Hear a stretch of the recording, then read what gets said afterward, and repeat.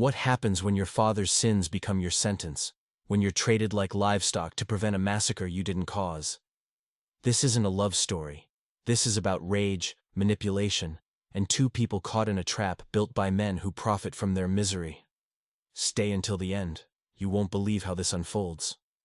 Drop a comment telling me if you'd submit or rebel in her position. Arizona Territory, 1878. Sarah Brennan didn't beg when they came to collect her. She stood in the trading post her father had abandoned 3 months earlier. Inventory ledgers spread across the counter, and watched 4 Blackfoot warriors enter with a territorial marshal named Garrett Cole, walking ahead of them like he owned the very air. 24 years old, dark blonde hair tied back with practical string, blue eyes that had learned suspicion before hope, and ink-stained fingers from trying to make sense of her father's deliberately chaotic bookkeeping. Cole removed his hat with theatrical courtesy. "Miss Brennan, we need to discuss your father's outstanding obligations." Sarah didn't look up from the ledgers. "He's gone. Disappeared into the territories with whatever he could carry. I'm selling what's left to pay his debts to the bank." "Not those debts," Cole said, and something in his tone made Sarah's stomach drop. "Different debt. More serious." She finally met his eyes. "What are you talking about?" "Your father sold contaminated blankets to the Apache band last winter," Cole explained, his voice carrying the false sympathy of a professional liar. "Government issue, stamped as clean. Weren't clean, smallpox. Killed 32 people, including the band chief's wife and 2 daughters. The room tilted. Sarah gripped the counter. "That's not possible. My father wouldn't—" "Your father did," one of the warriors interrupted. His English was precise, educated, cold as January wind. "He knew. He sold death. And when we came for justice, he ran like the coward he was." Sarah forced herself to breathe. Her father was a drunk, a gambler, a man who'd failed at everything except disappointing people. But this? "I didn't know. I wasn't even here. I was in Helena working as a schoolteacher until he sent for me last month, saying he needed help with the business." "Convenient timing," Cole observed. "He brings you back just before vanishing, almost like he was setting up a replacement." Ice flooded Sarah's veins. "A replacement for what?" The warrior who'd spoken stepped forward. Tall, lean, maybe 26 or 27, with traditional clothing mixed with a white man's vest and boots, war scars on his visible skin, eyes that assessed her like a predator evaluating wounded prey. "I am Isoim Stan, Crooked Shadow in your language, the chief's youngest son. Your father's debt cannot remain unpaid. Tribal law and territorial agreement both recognize blood debt. 32 lives demand justice." "Kill me then," Sarah heard herself say. Strange how calm her voice sounded. "If that's justice, do it." "Killing you would be justice," Isoim Stan agreed. "But it would also restart the violence cycle. More whites would die in retaliation. More of my people would die in counter-retaliation. The council wants peace. The territorial government wants peace. So they have negotiated. Alternative payment." Cole's smile returned, sharp and satisfied. Under the Montana Territorial Accords of 1877, tribal councils have authority to demand restitution for crimes against their people. The Apache Council, in their wisdom, has agreed to accept you as indentured family member. You'll be joined to Isoim Stan's household for a period of 3 years. During that time, you'll work, contribute, and essentially become property of the tribe. It satisfies justice without triggering war. Sarah's mind reeled. "Indentured? You mean enslaved?" "I mean married," Cole corrected. "The ceremony binds you legally under both tribal and territorial law. Much more civilized than execution, don't you think?" "I think this is insane," Sarah said. "You can't just—" "We can," Isoim Stan cut in. "And we will. My father lost his wife. My sisters, gone. Your bloodline owes mine. This is mercy, not cruelty. We could have burned this building with you inside and called it even." "But you didn't," Sarah said, forcing herself to think through the panic. "Why not?" "Because I am tired of burning and killing," Isoim Stan replied. and for a moment something raw showed through his controlled expression. Grief, exhaustion. Because more death will not bring back my family. Because the council believes this serves our people better. But do not mistake mercy for weakness, white woman. You will come. The only question is whether you walk or we drag you. Sarah looked around her father's failing trading post, at the debts piled on the counter, at the life she'd tried to salvage from his wreckage, at the empty doorway where he should have been standing, taking responsibility for his own evil. And she thought about 32 people, mothers, fathers, children, dying slowly from disease her father knowingly sold them.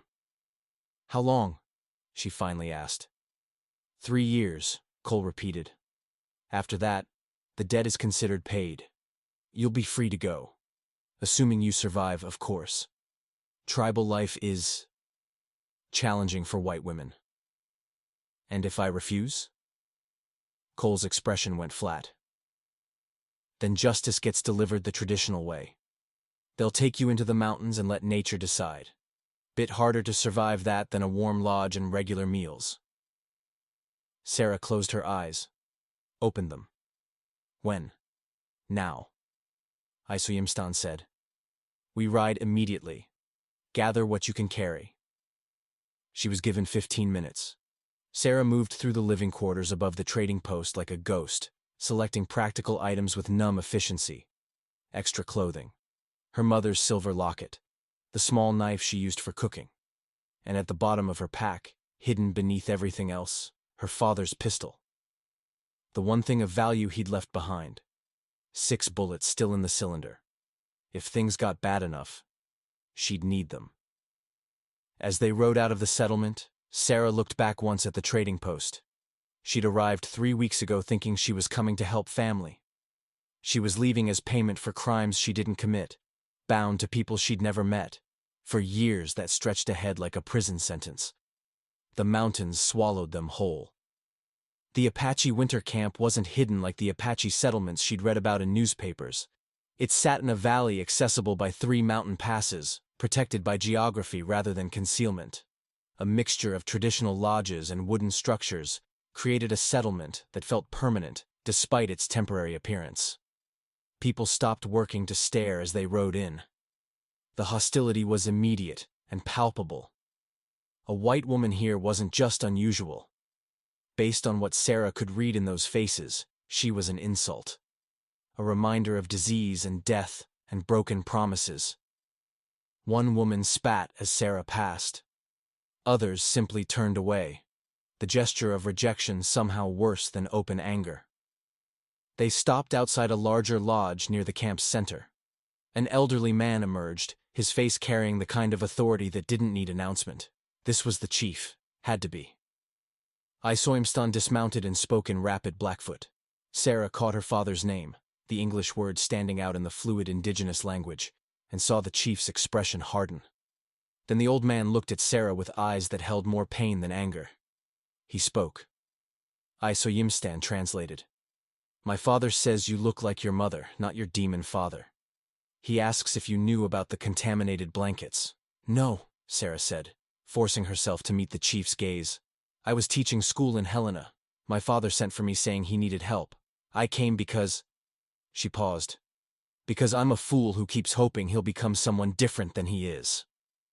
The translation made the chief's expression shift slightly. Not softening, but acknowledging. He spoke again. Longer this time. My father says your father was a snake who smiled while poisoning. That you may not be a snake. Time will reveal truth. Until then, you are bound to my household through my son. You will work. You will learn our ways. You will earn the air you breathe. Isoyimstan paused. And if you prove unworthy of mercy, mercy will be withdrawn. The ceremony happened that afternoon. No celebration. No guests beyond witnesses required by law. Just words spoken in 2 languages, while Sarah stood beside a man who radiated resentment and grief in equal measure. When it was done, Cole produced papers for both parties to sign. Makes it legal in the eyes of the territory, he explained. Can't have anyone claiming this wasn't proper and voluntary. Voluntary, Sarah repeated bitterly. You're alive and walking, Cole replied. Counts as voluntary in my book. 3 years, Miss Brennan. Keep your head down, do your work, and maybe you'll survive long enough to collect your freedom. He tipped his hat to Isoyamstan. Pleasure doing business with you. After Cole left, Isoyamstan led Sarah to a smaller lodge set slightly apart from the main dwellings. Inside was austere. Sleeping furs, a fire pit, storage baskets, weapons hung on lodge poles. Nothing soft, nothing welcoming. You sleep there, Isoyamstan said, pointing to the far side. Do not touch my weapons. Do not touch my belongings. Do not leave the camp boundary without permission. When I am gone, you work with the women. Do what they tell you, without complaint. And what exactly will I be doing? Sarah asked. Whatever keeps you useful enough to justify the food you eat, Isoyamstan replied coldly. My people are struggling. We have lost members to disease your father sold us. We cannot afford dead weight. I'm not dead weight. I can work. We will see. He grabbed his bow and knife. I hunt. You will find Napashni, the elder woman with white hair by the eastern lodges. She will assign tasks. He paused at the lodge entrance. And white woman? Do not expect kindness here. You are blood payment, nothing more. He left. Sarah stood alone in the lodge, surrounded by the belongings of a man who hated her for crimes she didn't commit, in a camp full of people who saw her as living proof of white betrayal. She should have felt despair. Instead, she felt something colder and more useful. Calculation. 3 years. 36 months. 1,095 days. She could endure anything for that long if she was smart about it. The pistol hidden in her pack was insurance. The real weapon would be patience. Napashni was exactly as described. White-haired, weathered, with eyes that missed nothing. When Sarah approached and introduced herself, the old woman studied her for a long, uncomfortable moment. Then she spoke in heavily accented English. You are the disease trader's daughter. Yes, Sarah said. No point denying it. Can you tan hide? No. Can you preserve meat? I've helped with smoking and salting. Not much, but some. Can you sew? Yes, well enough. Can you cook? Basic meals, nothing fancy. Napashni made a dismissive sound. Useless white woman skills. You will learn proper work or you will starve. She thrust a scraping tool into Sarah's hands. Come. We have elk hide that needs processing. You work until sunset. If your hands bleed, you work anyway. If you cry, I will send you back to Crooked Shadow as broken tool. The name stopped Sarah. Crooked Shadow? That's what Isoyamstan means? It is what he is called after the massacre at Sweetgrass Creek, Napashni said. He led warriors to protect hunting party. Soldiers came, killed women and children anyway, but always from shadow, never facing warriors directly. Crooked shadows that kill without honor. She fixed Sarah with a hard stare. Your people's shadows are very crooked. Perhaps you too. Sarah had no response to that. The work was brutal. Scraping elk hide required constant pressure, specific angles, and strength Sarah's schoolteacher muscles didn't possess. Within an hour, her hands were cramping. Within 2, they were bleeding. Within 3, she couldn't feel her fingers.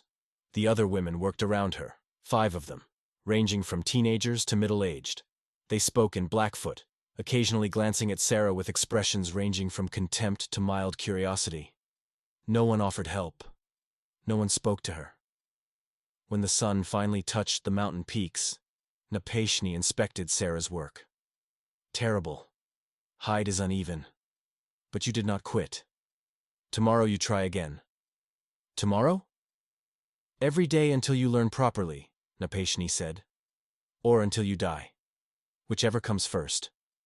That night, Sarah prepared a meal from the supplies in the lodge.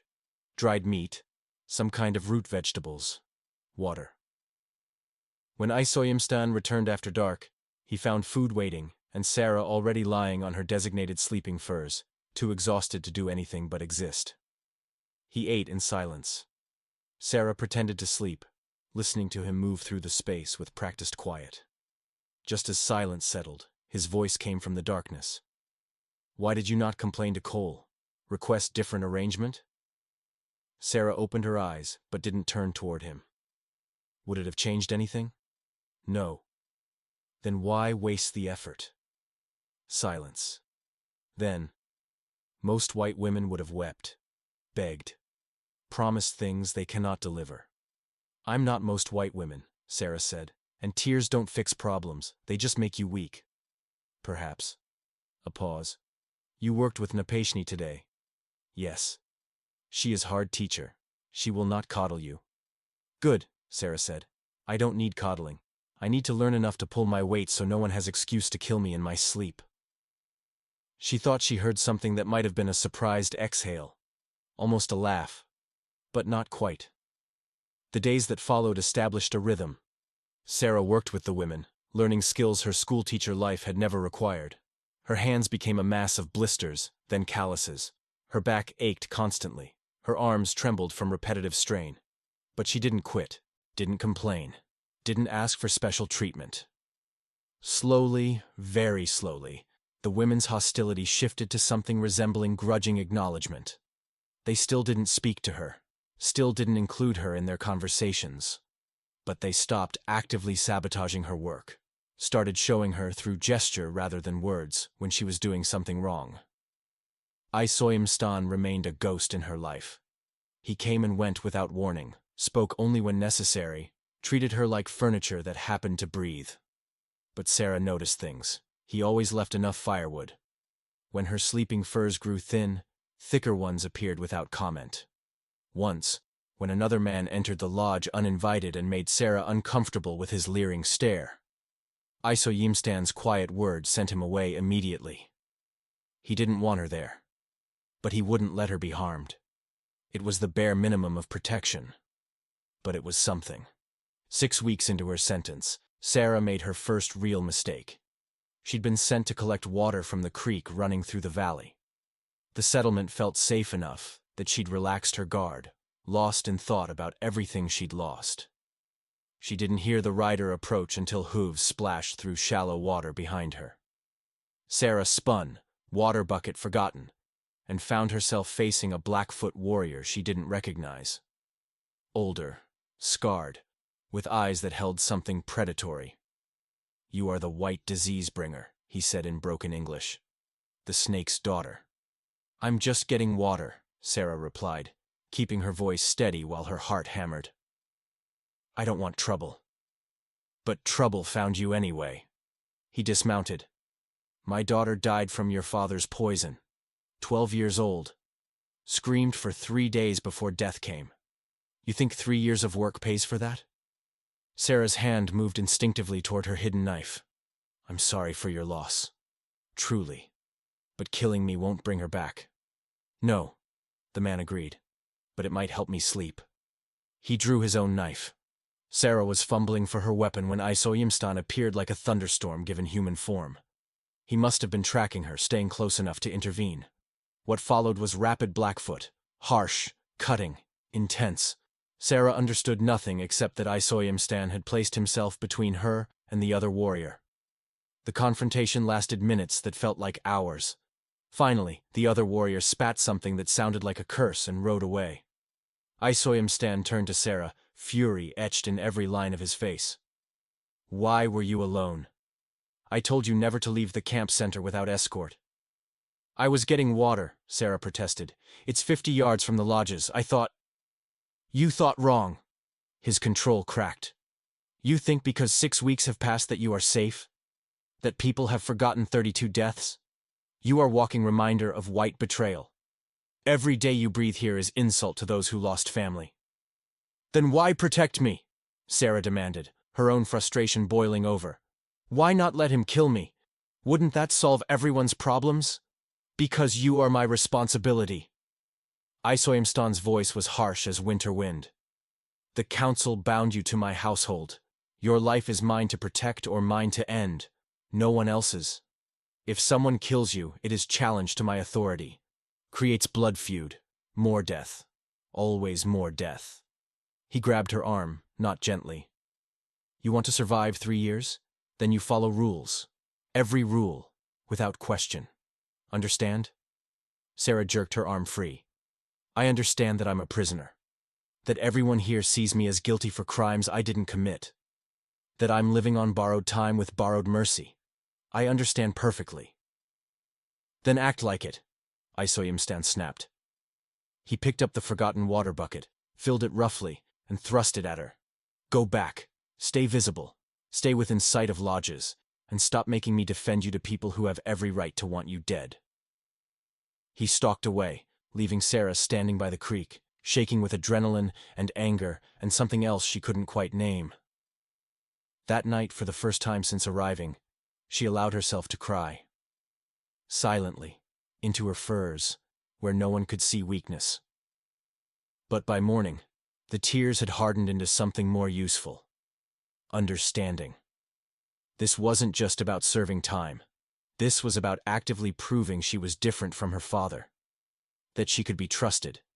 That she could earn, if not forgiveness, then at least the right to exist here without constant threat. It would take more than passive endurance.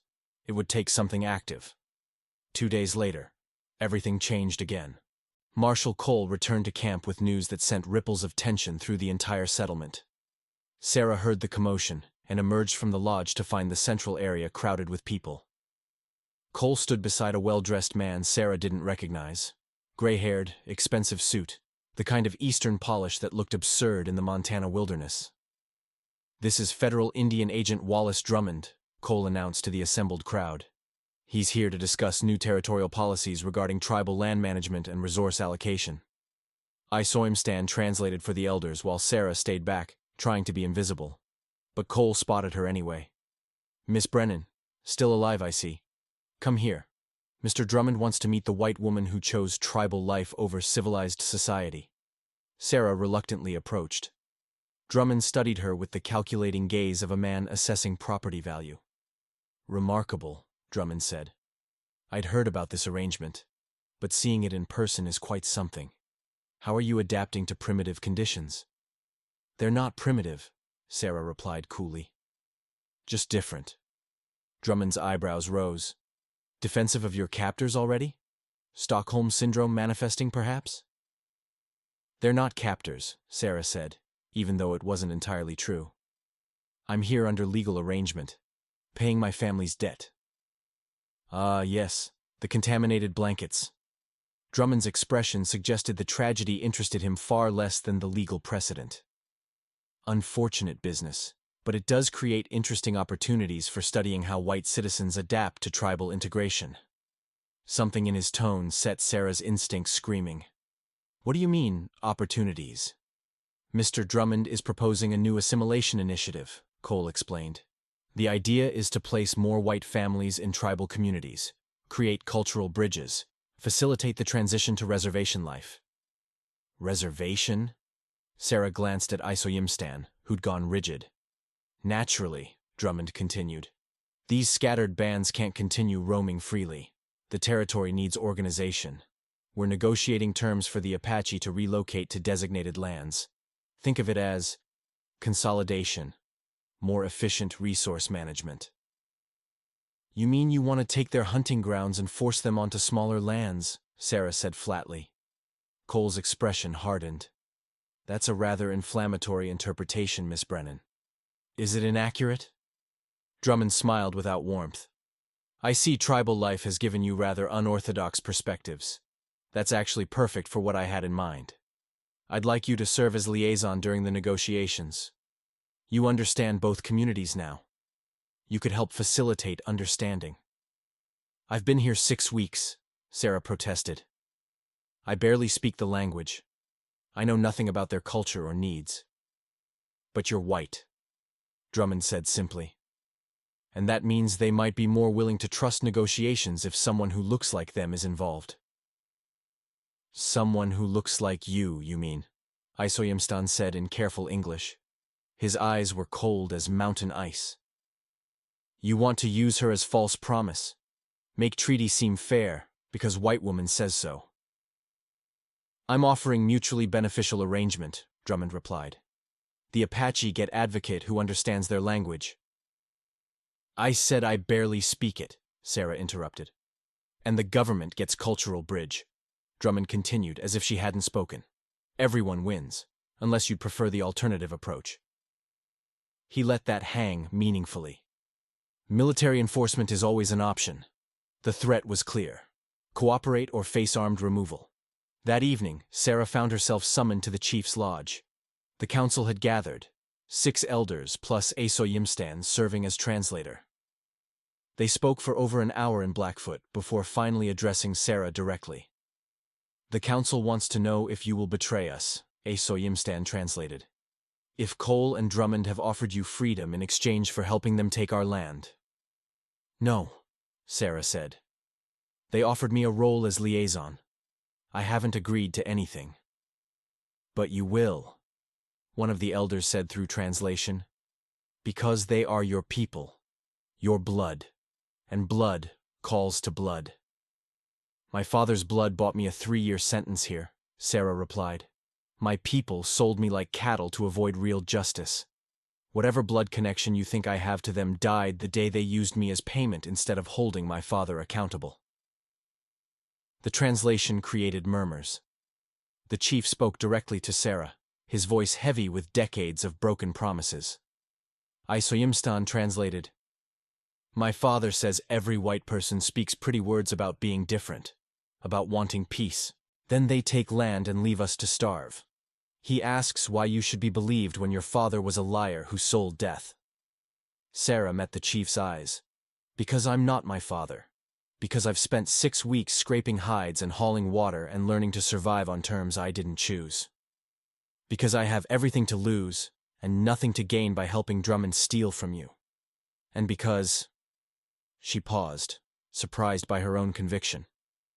Because 32 people died from contaminated blankets my father sold. I can't bring them back, but I can refuse to help him hurt anyone else. The chief studied her for a long moment, then spoke again. My father says words are wind, Isoyimstan translated.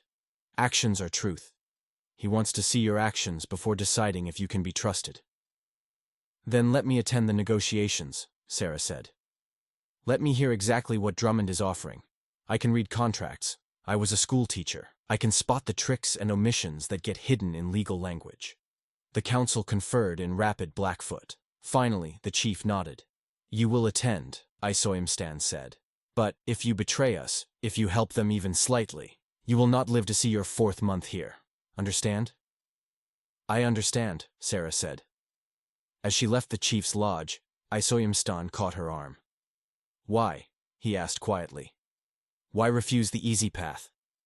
They would have paid you, given you freedom. Because the easy path leads to more death, Sarah replied. And I'm tired of paying for my father's crimes. Maybe preventing more is the only way to actually settle that debt. Something shifted in his expression. Not trust, but possibility. You may be more than just payment after all, he said. The negotiations began 2 days later, in a neutral lodge set up specifically for the purpose. Drummond and Cole arrived with documents and maps. The tribal council brought centuries of survival knowledge and deep suspicion of white promises. Sarah sat to the side, officially there as cultural observer. In reality, she was reading every document Drummond produced, listening to every word spoken, and watching for the manipulation she knew had to be hiding beneath the diplomatic language. It didn't take long to find. This section here, Sarah interrupted during the 2nd day of talks, where it discusses water rights. It says the Apache retain access to traditional fishing grounds. But then there's a clause about subject to territorial development needs. What does that mean exactly? Drummond frowned. Standard legal language. Just means that if the territory needs to develop infrastructure, roads, towns, etc., they have authority to adjust resource access. So it gives you permission to cut off their water access whenever convenient, Sarah said flatly. This whole section is essentially meaningless protection. That's a rather cynical interpretation, Cole said. Is it inaccurate? Sarah asked. Again. Drummond's expression hardened. Miss Brennan, I thought you were here to facilitate understanding, not obstruct progress. I'm here to make sure understanding is actually what's happening, Sarah replied. This treaty promises things it immediately allows you to take back. That's not understanding. That's deception. The room went silent. You're overstepping your role, Drummond said quietly. Perhaps you should wait outside. Perhaps you should write treaties that don't rely on burying betrayal in legal terminology, Sarah shot back. Cole stood. Miss Brennan, you're dismissed. Immediately. No. The chief's voice, speaking English for the first time Sarah had heard, heavily accented but clear. She stays. She reads the lies you hide. She stays. Drummond's jaw clenched. This is highly irregular. So is selling diseased blankets, the chief replied. Yet you did not find that irregular enough to punish. The woman stays. The negotiations became a battlefield after that. Drummond would present terms. Sarah would read them, find the hidden clauses, the ambiguous language, the promises made deliberately vague so they could be broken later. Each time she exposed a deception, the council's trust in her grew slightly, and Drummond's hostility intensified. On the fourth day, Drummond requested private conversation with Sarah outside the negotiation lodge. You're making a serious mistake, he said without preamble. I'm offering you a way out of this barbaric arrangement, and you're throwing it away to help people who will never truly accept you. Maybe, Sarah agreed, but at least I'll be able to live with myself. Noble sentiment, stupid reality. Drummond stepped closer. You help me close this deal, get the council to accept the terms, and I guarantee your immediate release. Full pardon of the blood debt, enough money to start over anywhere you want. You could be on a train to California next week. And the Apache would be on land that slowly kills them while you and Cole profit from their suffering, Sarah said. I've read enough treaties to know how this ends. They starve. You prosper. I'm not helping with that. You're already helping them by being here, Drummond pointed out. Your presence makes this look more legitimate. If you really wanted to do right by these people, you'd leave. Refuse to participate. Let me negotiate directly without your interference. The argument was clever. Sarah had to give him that. Except if I leave, they lose the only person who can read your poison before they drink it, she replied. So I stay. Drummond's pleasant facade dropped completely. Then you're more than just a fool, Miss Brennan. You're an obstacle, and I'm very good at removing obstacles. That night, Sarah lay awake in the lodge, staring at shadows on the hide walls, and wondered exactly what kind of danger she'd placed herself in. Isoyamstan entered late, moving quietly but not quietly enough to avoid waking her. You made enemy today, he said without preamble. Powerful white man who will not forget. I know, Sarah replied. And you did this anyway. Yes. Why? Sarah sat up, pulling a blanket around her shoulders. Because I spent 6 weeks watching your people struggle to survive on shrinking land with dwindling resources. Because I saw children who should be playing instead go hungry. Because I buried my own brother because we couldn't afford medicine. And I recognize that same desperation here. And because... She paused, surprised by her own honesty. Because maybe stopping Drummond is the only way I can pay for what my father did. Isoimstan was quiet for a long time. Then, the council voted tonight. They have decided you are no longer just blood payment. Sarah's heart jumped. What does that mean? It means they see you fighting for the people, not against them. It means your debt is being paid through action, not just time. He moved closer, close enough that she could see his face in the firelight. It means I was wrong about you. Wrong how?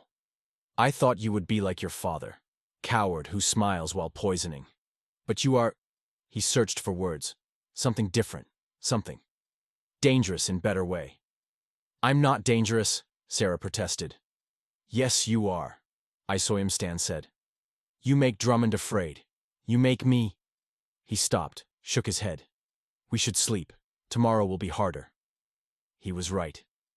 The attack came on the 6th day of negotiations, just before dawn, when the camp was most vulnerable. Not soldiers, not warriors. Something worse. Fire. Sarah woke to smoke and Isoyamstan already moving, grabbing weapons, shouting orders in Blackfoot. What's happening? She coughed. Storage lodges burning. Our winter supplies. His face was grim as death. This is Drummond's answer. Starve us into accepting his terms. The entire camp mobilized. Men fighting flames. Women and children evacuating vulnerable lodges. Chaos illuminated by orange fury. Sarah grabbed water buckets and joined the desperate effort to save what they could. But it was clear within minutes. The winter stores were lost. Dried meat, preserved vegetables, grain supplies, all going up in smoke that would leave the band vulnerable to starvation. When the fires were finally contained, dawn revealed the full damage. 3 lodges destroyed. Enough food to last the winter gone. And carved into a nearby tree where everyone would see it. A message in English. Accept the offer or starve. The camp gathered in grim silence, staring at the smoking ruins. Then all eyes turned to Sarah. She felt the weight of their suspicion, the return of their hostility. Of course they'd blame her. She was the white person here, the one Drummond had tried to recruit, the obvious suspect. I didn't do this, Sarah said to the assembled crowd. I swear. No, the chief interrupted in English. You did not. You were seen sleeping in Crooked Shadow's lodge when fire started, and man who set fires was seen riding away. White man, not woman. Relief flooded through Sarah, followed immediately by new understanding. Drummond sent someone to destroy your supplies so you'd be forced to accept his terms. Yes, I saw him stand confirmed. And he will claim it was accident, natural fire, our fault for poor storage. He will offer generous food supplies as part of treaty agreement. Make us dependent on his mercy. That's not mercy, Sarah said. That's manipulation. That is how your people negotiate, one of the elders said bitterly through translation. Take everything. Offer back tiny pieces. Call it gift. Sarah looked at the smoking ruins, at the hungry winter that now loomed ahead, at the impossible choice Drummond had forced on these people. And she made a decision that would change everything. What if we got proof? She asked. Evidence that Drummond ordered this. Would that give you leverage? White man's law does not care about crimes against Indians, Isoim Stan replied. But it might care about a federal official committing arson to manipulate treaty negotiations, Sarah countered. That's corruption. Even Washington cares about that when it becomes public enough. You have plan? The chief asked. Maybe, Sarah said, but it's dangerous, and it requires Drummond thinking I've changed my mind. Thinking I'm willing to help him now that your position is desperate. Understanding dawned on several faces. You want to pretend to betray us, Isoim Stan said slowly. To get close enough to find evidence. Written orders would be best, Sarah replied. Communications with whoever he hired to set the fires. Something concrete that couldn't be denied. The council conferred rapidly. Finally, the chief nodded.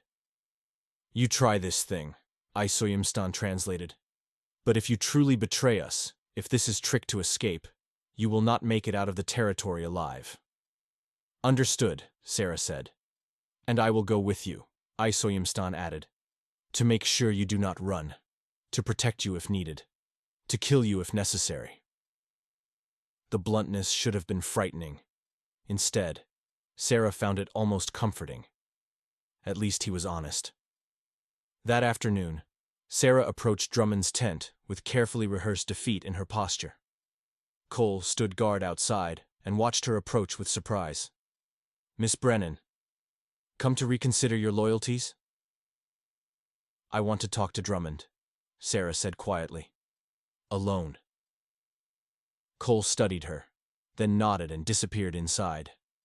Moments later, Drummond emerged, his expression carefully neutral. Miss Brennan, what can I do for you?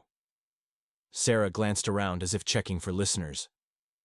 The fire last night, it worked. They're desperate now, arguing about whether to accept your terms. Drummond's eyes sharpened. Are they? The chief wants to hold out, but the younger warriors see what's coming. They'll freeze and starve if they refuse. Sarah forced her voice to crack slightly. I don't want to watch children die this winter. If your offer is still open, if you'll guarantee actual food and supplies, I'll help convince the council to accept. Sudden change of heart, Drummond observed. What made you so reasonable? Reality, Sarah replied. I'm not one of them. I never will be. And I'm tired of suffering for my father's crimes. If I help you close this deal, you said you'd arrange my release? Immediate release, Drummond confirmed. Plus $500 to start your new life elsewhere. And you'll guarantee adequate supplies? I won't help you starve them. Basic provisions, as outlined in the treaty, Drummond agreed. They'll survive. They just won't thrive. That's the cost of progress, Miss Brennan. Someone always pays. Then I'll help, Sarah said. But I need to know this ends well for everyone. What's your plan for ensuring they accept? Drummond smiled. That's need-to-know information. For now, just keep reading those treaties. But this time, when you find concerning clauses, you help me explain them in favorable terms rather than sabotaging negotiations. I can do that, Sarah lied. As she turned to leave, Drummond added, Miss Brennan, if you're playing me, if this is some scheme to gather information or prove your loyalty to them, know that I've arranged additional insurance. Another fire could happen. Or worse. Accidents befall tribal camps all the time, so make sure your cooperation is genuine. Sarah forced herself to nod and walk away calmly, but inside her heart was racing. She'd confirmed Drummond's involvement. But without proof, it was just her word against a federal official's. She needed more. That night, she reported back to Isoyamstan and the council, detailing the conversation. He admitted nothing in writing, one elder observed through translation. His words mean nothing without proof. Then we need to find proof, Sarah said. He has to be keeping records somewhere. Communications with whoever he hired, payment receipts. Something. His tent is guarded, Isoyamstan pointed out. We cannot simply search it. No, Sarah agreed. But I might be able to. He thinks I'm cooperating now. If I volunteer to help organize treaty documents, I might get access to his papers. Too dangerous, Isoyamstan said flatly. If he suspects, he already suspects everyone, Sarah interrupted. But he needs my cooperation more than he needs to protect every document. He's arrogant. He thinks he's already won. The council debated for an hour before finally, reluctantly agreeing. But the chief added one condition through translation. Crooked Shadow goes with you. He will stay close. Watch. Protect if possible. Avenge if necessary. Avenge is not the plan, Sarah said. Plans change, the chief replied grimly, often at the worst possible time. The next day, Sarah returned to Drummond's tent with a proposal to help organize treaty documents, now that she understood the bigger picture. Drummond agreed readily, pleased to have her cooperation. What he didn't see was Isoyamstan tracking her movements from a distance, staying close enough to intervene if needed. Sarah spent hours sorting through papers, memorizing locations, identifying which documents might contain the evidence they needed. She was patient, careful, waiting for the right moment. It came on the third day, when Drummond and Cole left camp to meet with territorial officials. Sarah was left alone with the documents, ostensibly continuing organizational work. She moved fast, checking folders, reading correspondence, looking for anything incriminating. And finally, she found it. A letter from Drummond to someone named Fletcher. Instructions to create pressure situation at the Apache camp. Fire recommended, but use discretion. Payment of $50 upon completion. The letter wasn't signed, too smart for that. But the handwriting matched other documents she'd seen Drummond write. And the date was 2 days before the storage lodges burned. Sarah's hands shook as she tucked the letter inside her dress. Then she carefully reorganized everything to hide the missing document and left the tent. Isoyamstan materialized from the tree line. You found something. Letter ordering the fire, Sarah confirmed quietly. It's not perfect proof, but combined with my testimony. She never finished the sentence. Cole appeared behind her, pistol drawn. Looking for this? He held up an identical letter to the one Sarah had just stolen. Drummond figured you might try something, so we set a trap. That document you just took? Blank paper with forged letterhead. The real evidence is right here in my hand. Sarah's stomach dropped. That's evidence of a federal crime. You can't... I can do whatever necessary to protect territorial interests, Cole interrupted. And right now, you're threatening those interests. Drummond gave me authority to handle obstacles. You're an obstacle. He gestured with the pistol toward the trees. Walk. Nice and quiet. Accidents happen all the time out here. White woman gets lost in the wilderness, never seen again. Tragic, but not unprecedented. Sarah stood frozen. This was it. The moment she'd known might be coming. The price for choosing the harder path.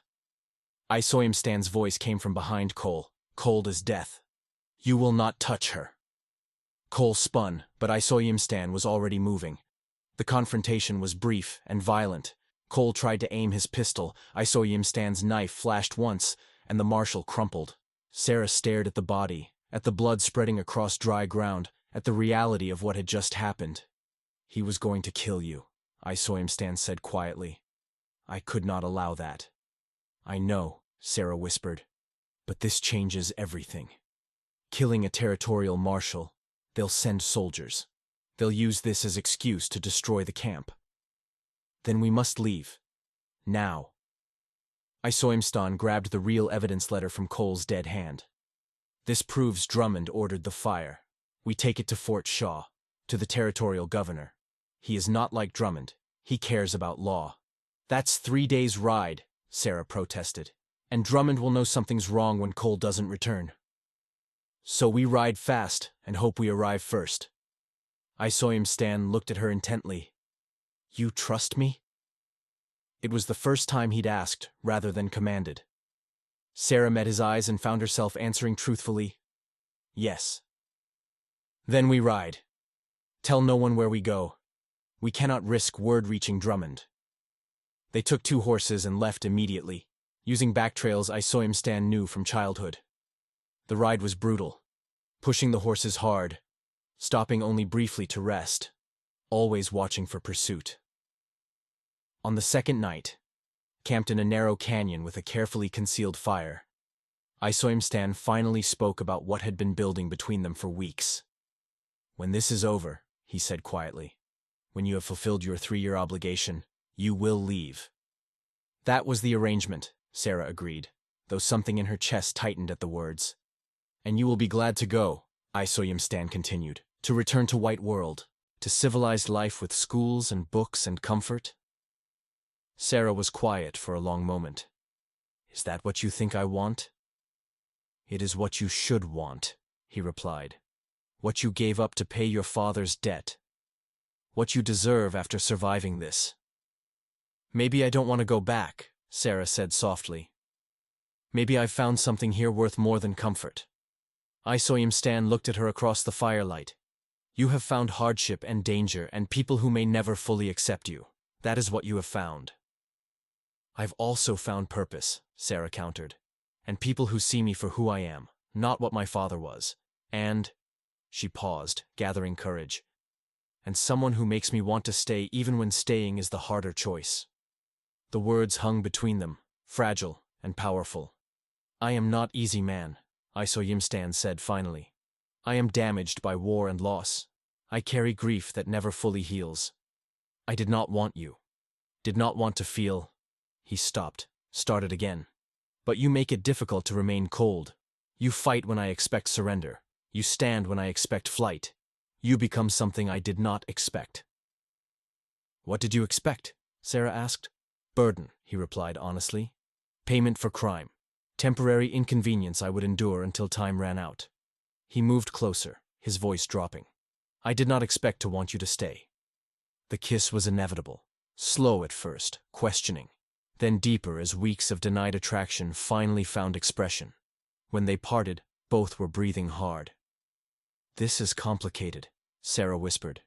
Everything is complicated, Isoyamstan replied. But some complications are worth the trouble. They reached Fort Shaw on the 3rd day, exhausted and watchful. The territorial governor, Jonathan Sinclair, was a stern man in his 50s, with a reputation for actual justice rather than corrupt dealing. When Sarah and Isoyamstan presented Drummond's letter, along with detailed testimony about the burned supplies and subsequent manipulation, Sinclair's expression grew progressively darker. You're saying a federal Indian agent deliberately committed arson to coerce treaty acceptance? Sinclair demanded. Yes, Sarah confirmed. And Marshal Cole was complicit. He tried to kill me to prevent this information from reaching you. Cole is dead? Sinclair's eyes sharpened. Self-defense, Isoimstan said flatly. He pointed weapon at unarmed woman. I stopped him. Territorial law permits defense of innocent parties. Sinclair studied them both. This is serious enough to trigger federal investigation. If you're lying— We're not lying, Sarah interrupted. Check the handwriting. Compare it to other documents Drummond has filed. Send someone to verify the burned storage lodges at the Apache camp. Talk to the band members. The evidence is all there. Sinclair was quiet for a long moment. Then he nodded. I'll send investigators immediately. In the meantime, Drummond will be detained for questioning. If your claims prove accurate, he'll face charges for corruption, arson, and conspiracy. And the treaty negotiations? Isoimstan asked. Suspended until this is resolved, Sinclair replied. Any agreement signed under these circumstances would be invalid anyway. He looked at Sarah. You realize you've just made very powerful enemies, Miss Brennan. I'm getting used to it, Sarah said. The investigation took 3 weeks. Sarah and Isoimstan waited at Fort Shaw, living in temporary quarters, giving depositions, watching bureaucracy slowly grind towards something resembling justice. During those weeks, whatever had begun between them deepened. They talked about everything: his childhood before white expansion, her life as a teacher, the losses they'd both endured, the futures they might build. When this is over, Isoimstan said one evening, and you are released from blood debt, you could stay, not as payment, as choice. As what? Sarah asked, wanting him to say it clearly. As wife, he replied. Real wife, not forced, not legal arrangement, as partner who chooses this life knowing all it costs and all it offers. Sarah's throat tightened. That's what I want. But what about your people? Some will always see me as the disease trader's daughter. Always blame me for what my father did. Some will, Isoimstan agreed. But many already see you as the woman who risked her life to protect them, who exposed corruption, who chose our survival over her own comfort. That matters more than blood. And you? Sarah asked quietly. What do you see? I see the woman who was forced into my life, and somehow became essential to it, Isoimstan replied. I see courage I did not expect, strength that surprises me, future I want to build. He took her hands. I see home. The kiss was deeper this time, more certain, a promise made conscious and deliberate. When Sinclair finally summoned them, his expression was grim satisfaction. The investigation confirms your testimony, he reported. Drummond has been arrested and will face trial. Cole's death has been ruled justified homicide in defense of another. The treaty negotiations are being restarted under new oversight with actual fairness protocols. And the Apache band? Isoimstan asked. Will remain on their current lands while new agreements are negotiated, Sinclair confirmed. Adequate supplies will be provided to replace what was lost. And, Miss Brennan, he turned to Sarah, your blood debt has been officially satisfied. You're free to go wherever you choose. Freedom. The word she'd been counting toward for months, the goal that had sustained her through hardship and danger. And now, offered freely, she found herself certain of her choice. I'm going back to the Apache camp, Sarah said. Not as payment, as someone who chooses to stay. Sinclair's eyebrows rose. That's your decision? It is, Sarah confirmed, glancing at Isoimstan. I've found my place. I'm staying. The journey back to camp took 4 days. When they arrived, the entire band gathered to hear what had happened. The chief listened to the full account, then spoke directly to Sarah in careful English. You were given freedom. You chose to return. This makes you daughter by choice, not just by deed. You are Apache now, if you will accept us. Sarah felt tears threaten. I accept. Gladly. The celebration that night was the first moment of true joy Sarah had experienced since arriving. People who'd treated her with suspicion and hostility now welcomed her with genuine warmth. Not everyone. Some wounds were too deep for forgiveness. But enough that she felt, for the first time, truly home. Isoyamstan found her sitting outside their lodge, watching stars emerge. "You could have left," he said. "Could have taken your freedom and built new life somewhere safer. Easier." "Easier isn't always better," Sarah replied. "I spent 24 years trying to please people who saw me as disappointment or tool. Here, I'm seen for who I actually am. That's worth more than comfort." "Even knowing the struggles ahead?"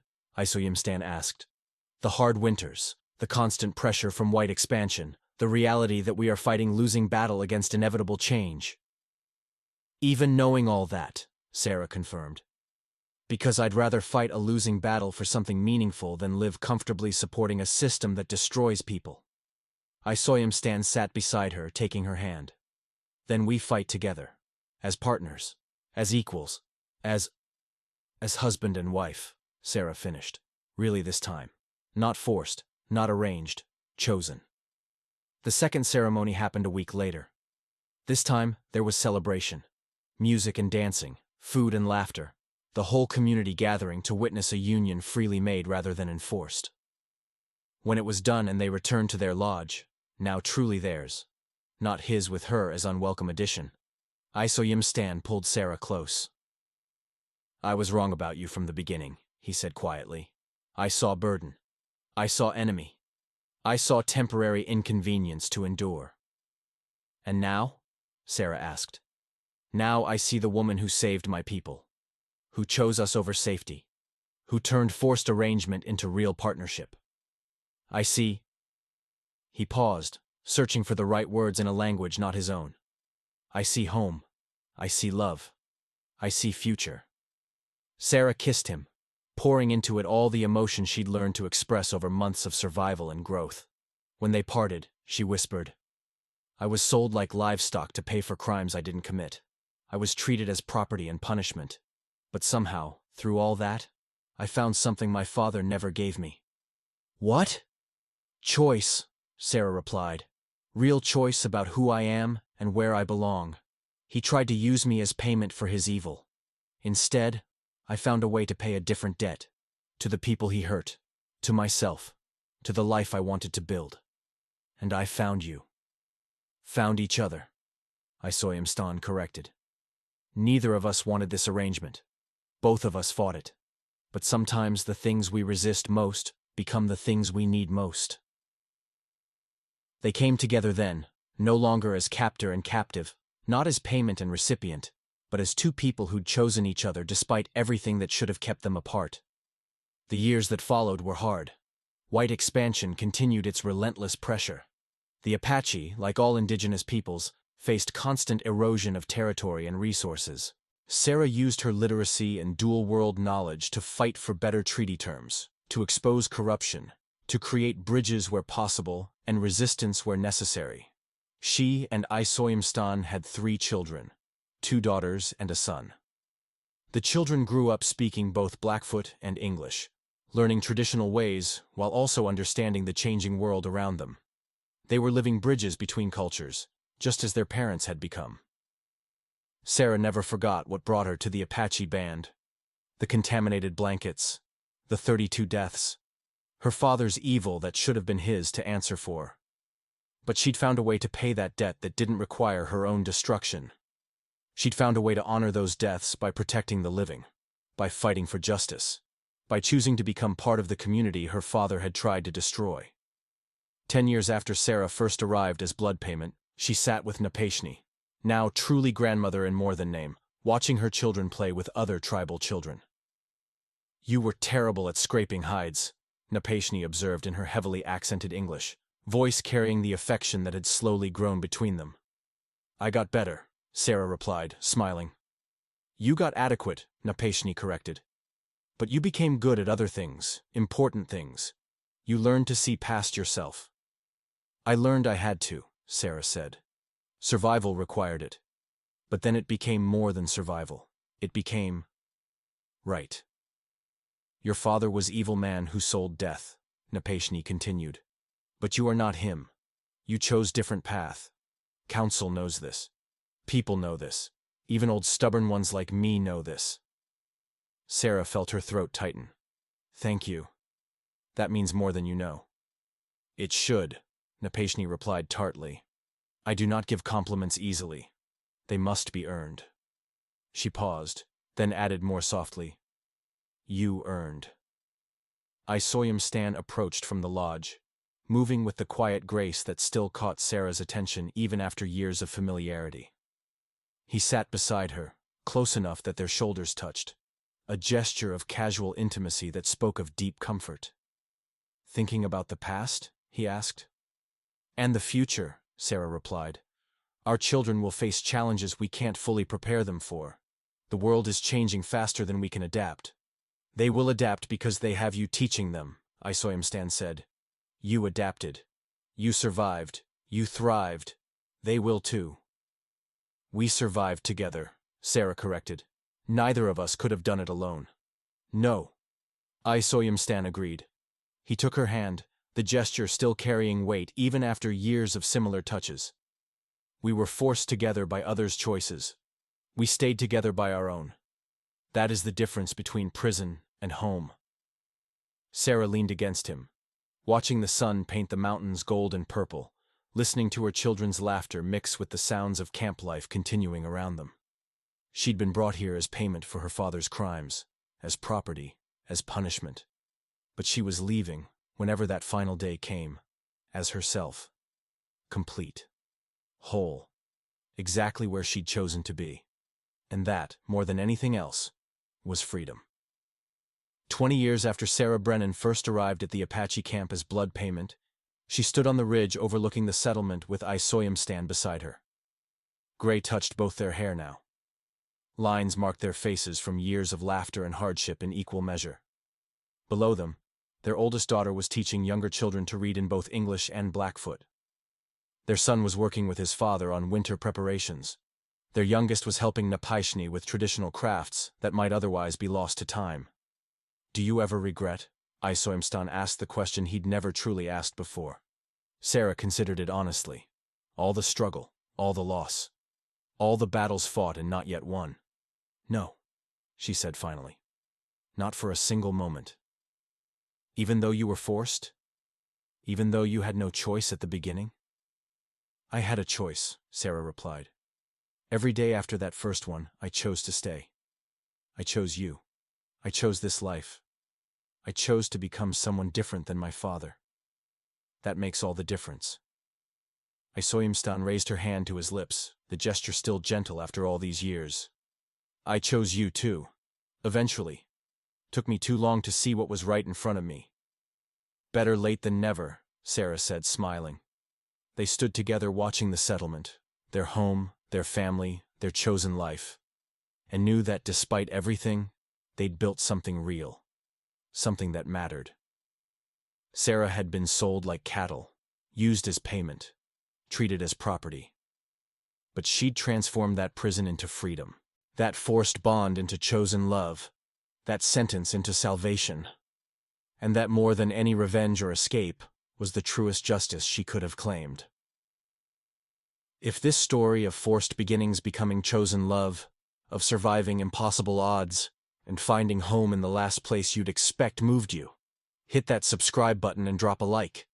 Tell me in the comments, would you have cooperated or rebelled in Sarah's position? Could you forgive someone who started as your captor? And what would you have done differently? Share your thoughts, and I'll see you in the next story.